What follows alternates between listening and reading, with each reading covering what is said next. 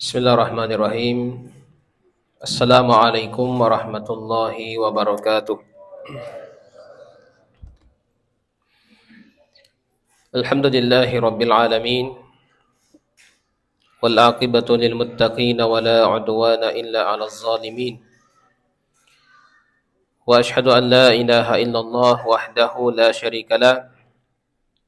Wa ashhadu anna Muhammadan abduhu wa rasuluhu. Allahumma salli wa sallim wa barik ala sayyidina wa habibina wa qudwatina wa syafi'ina Muhammad sallallahu alaihi wasallam wa ala alihi wa sahbihi ajma'in, amma ba'd. Hadirin wal hadirat, Bapak, Ibu-ibu, kaum muslimin wa muslimat, jemaah salat tarawih yang insyaallah senantiasa dimuliakan oleh Allah Subhanahu wa taala. Alhamdulillah, kembali pada malam hari ini kita senantiasa memperbanyak memuji dan bersyukur kepada Allah Subhanahu wa taala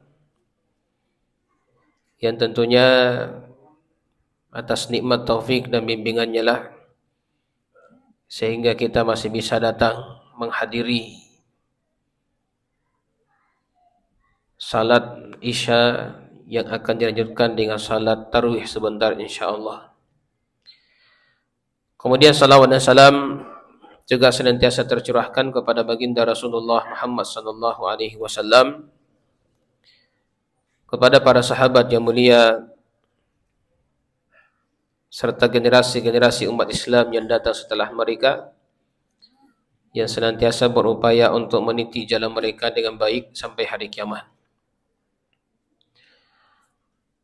Hadirin jemaah sekalian, pada malam hari ini kita sudah memasuki malam ke-20.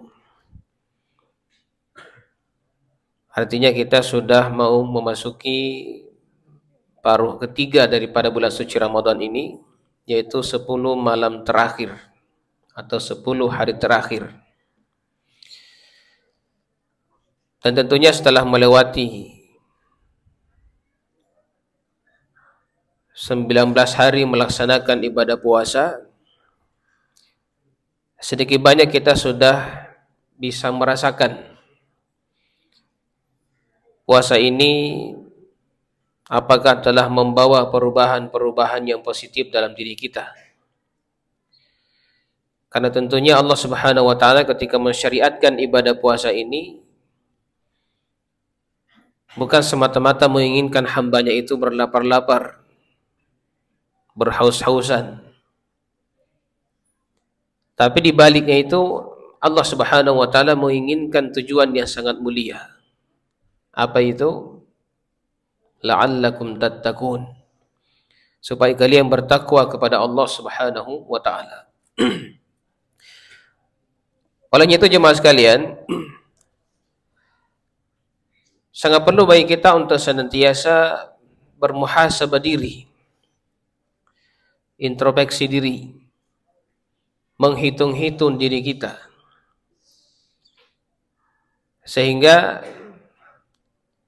setiap dari kita ini senantiasa melakukan perbaikan-perbaikan manakala kita mendapatkan ada hal-hal yang menjadi kekurangan atau belum maksimal yang kita amalkan di bulan suci Ramadan ini. Karena tentunya kita sebagai seorang hamba sangat sadar bahwasanya kita bukanlah manusia yang sempurna atau makhluk yang sempurna di hadapan Allah Subhanahu wa taala. Ketika kita melaksanakan ibadah-ibadah kepada Allah Subhanahu wa taala, ada saja kekurangan yang terjadi di dalamnya. Nah, sehingga dari sinilah penting bagi kita untuk mengenali diri kita sehingga mudah untuk melakukan perbaikan-perbaikan, apalagi di sisa-sisa bulan suci Ramadan ini. Di dalam Al-Quran Allah Subhanahu wa taala memerintahkan kepada kita untuk senantiasa memperhatikan diri ini jemaah sekalian. Dalam surah Al-Hasyr Allah Subhanahu wa taala berfirman, Ya ayyuhalladzina amanu taqullaha wal tanzur nafsum ma qaddamat ligad Wahai orang-orang yang beriman, hendaklah kalian senantiasa bertakwa kepada Allah Subhanahu wa taala. Dan hendaknya setiap jiwa memperhatikan apa yang akan dipersembahkan untuk hari esoknya. Setiap jiwa, maksudnya setiap kita jemaah sekalian,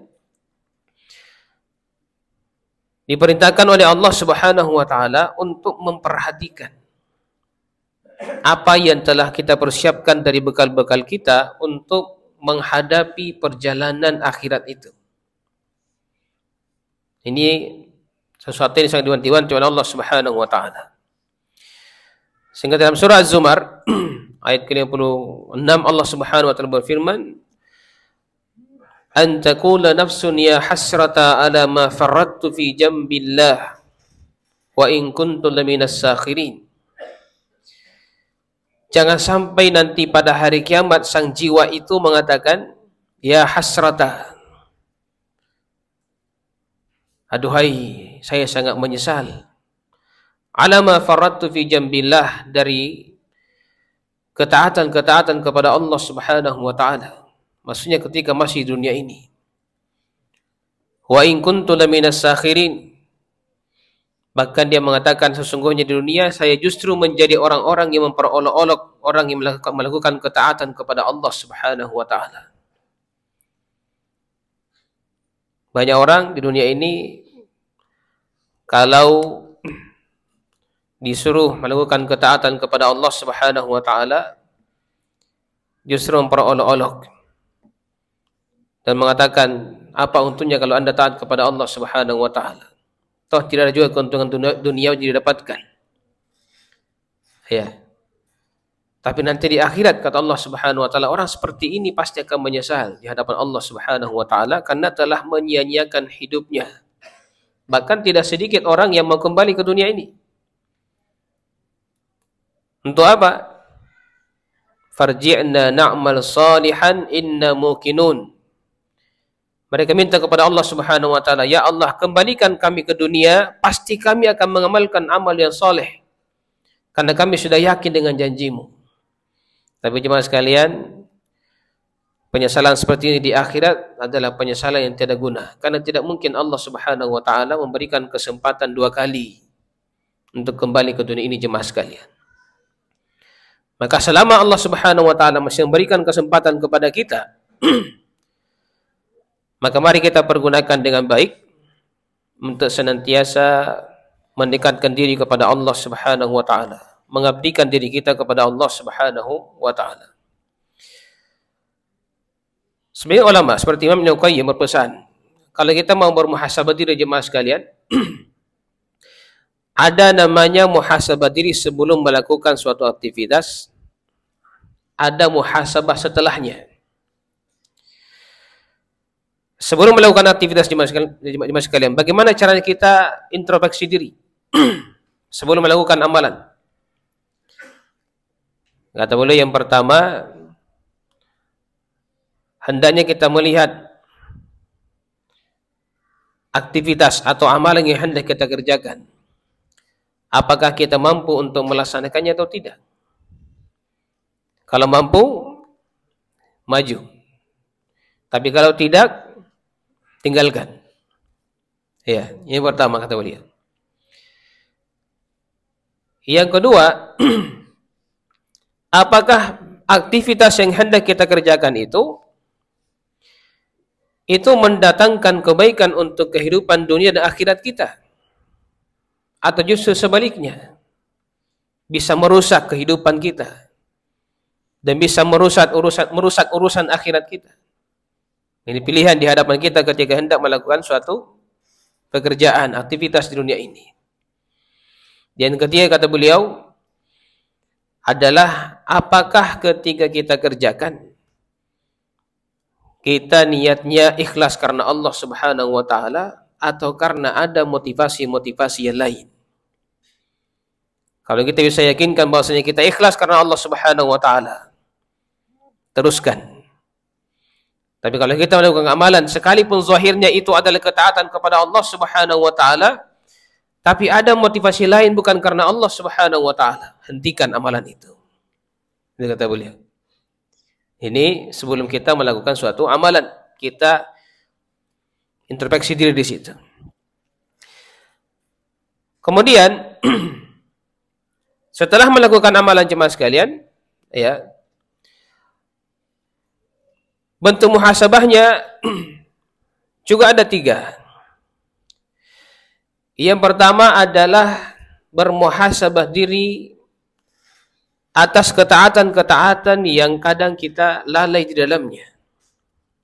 Ketaatan-ketaatan yang kadang kita sepelekan. Kalau kita berbicara tentang ketaatan, maka terkait dengan melaksanakan perintah dan menghindari larangan. Kalau kita melaksanakan perintah, berarti kan ada hal-hal yang diperintahkan oleh Allah Subhanahu wa taala, kadang-kadang kita kerjakan tapi terdapat di dalamnya berbagai macam kekurangan. Di bulan suci Ramadan ini mungkin kita sudah banyak melakukan amalan-amalan yang kita anggap di situ ada kekurangan-kekurangan di dalamnya.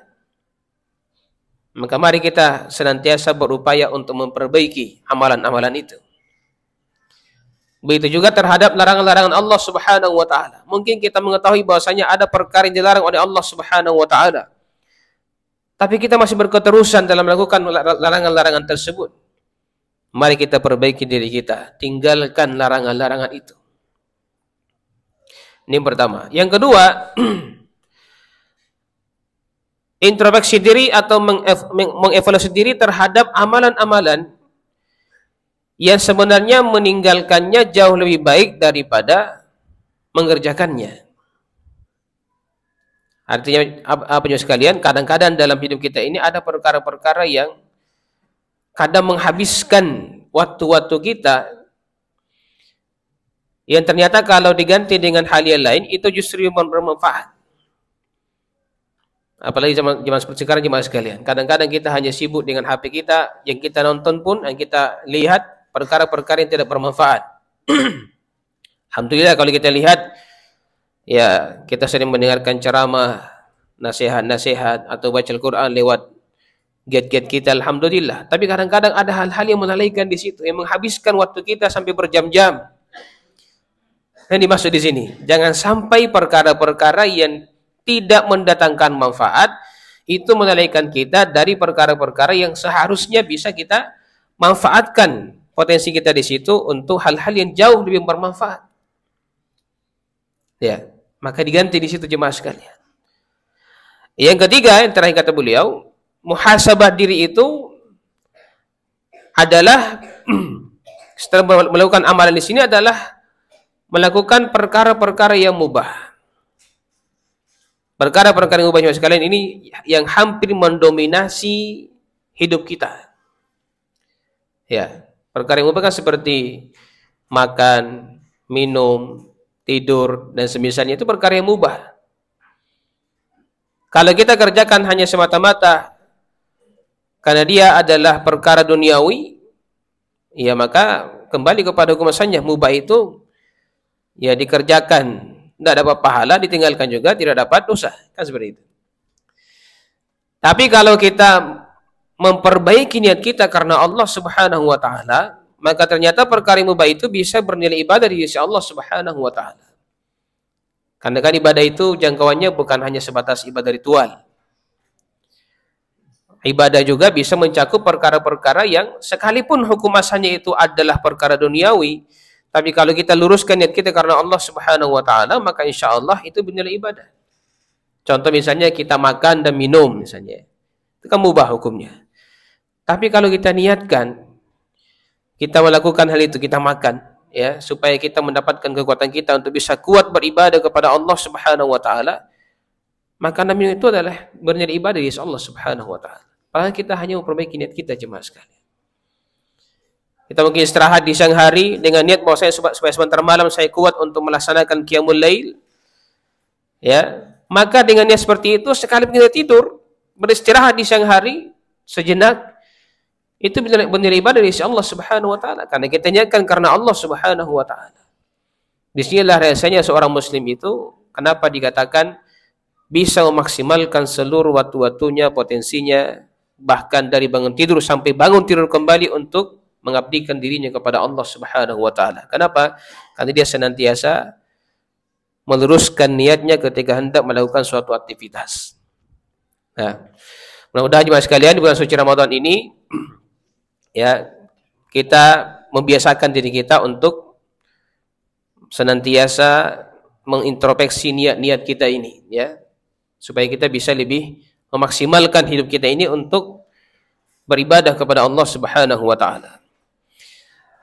Terkait dengan bulan suci Ramadan jemaah sekalian, yang perlu kita evaluasi di sini adalah mari kita kembali memperhatikan target-target kita sebelum masuk Ramadan atau di awal Ramadan jemaah sekalian. Kadang-kadang kita sudah menarikkan suatu amalan, tapi terkadang ada saja hambatan-hambatan sehingga tidak mampu kita selesaikan atau tidak sesuai dengan apa yang kita targetkan. Contoh misalnya kita mentargetkan bulan suci Ramadan, kita mau mengkhatamkan Al-Quran, tapi ternyata sudah memasuk hari ke-20, baru sampai setengahnya. Nah, itu kan tidak sesuai target. Nah, coba kita pacu kembali itu.